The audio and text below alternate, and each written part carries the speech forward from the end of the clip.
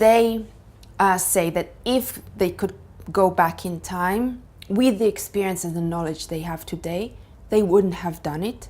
It was a mistake from their point of view. The reasons the mothers related to are the heavy burden of responsibility that accompanies motherhood, loss of time, loss of feeling of the previous self before becoming mothers,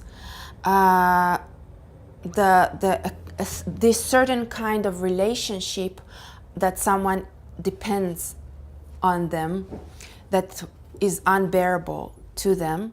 We regret everything. The list is so long. The only reason that we are mesmerized and surprised by the fact that there are women who regret motherhood is because motherhood was pushed beyond the human experience to a kind of a kingdom which is unhuman. And this is why, one of the reasons why so many women are collapsing